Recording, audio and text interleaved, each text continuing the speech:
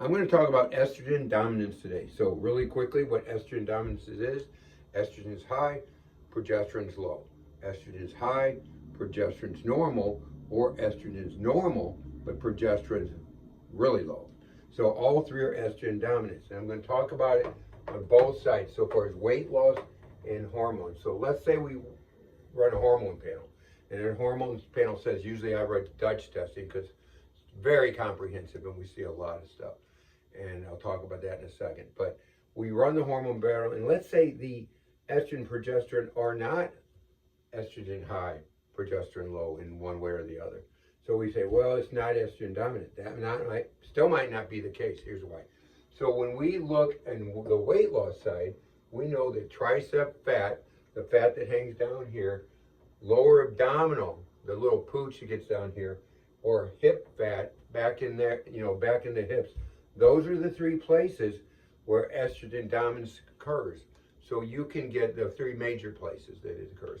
So you can get the fat cells holding on to estrogen.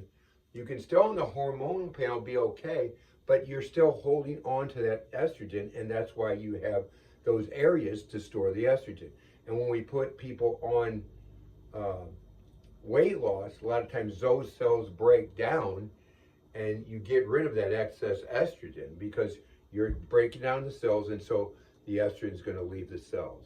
So on the hormone side of things, so on the hormone panel, we have, say we run a Dutch test. We also look at estrogen in this way. So there's 2-OH, 4-OH, and 16-OH. So the Dutch test shows us those three findings amongst all kinds of other information, but it shows us those three. And when we look at it, this is where the preferred pathway should be about 60 to 80% of estrogen going down that pathway. This pathway, the 16-OH, is where the stronger estrogen metabolizes down. This here, 4-OH, that's where the toxic pathway, genotoxic pathway is. That should be about 7.5, I think it is, to 12% of the estrogen should be going down that pathway. So if we see more going down this pathway, we know that's too much estrogen going down the pathway that's toxic, and that can lead to estrogen-sensitive cancers. So nutritionally, we need to change these numbers when we see this. So we can have these numbers normal, but still be in estrogen dominance if we're storing that estrogen. And that won't show up on the test, like I said.